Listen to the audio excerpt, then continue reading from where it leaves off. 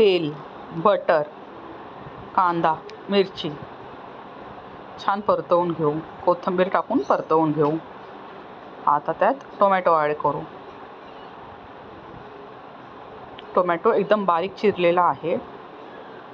छान परतवून घेऊ. आता त्यात सुखे मसाले ॲड करू. मीठ, हळद आणि लाल मिरची पावडर. छान तेल सुटेपर्यंत परतवून घेऊ.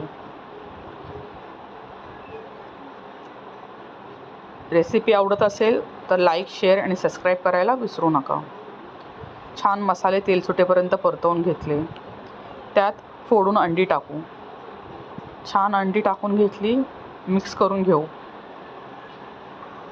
अंडी छान सुकेपर्यंत व्यवस्थित परतवून घेऊ.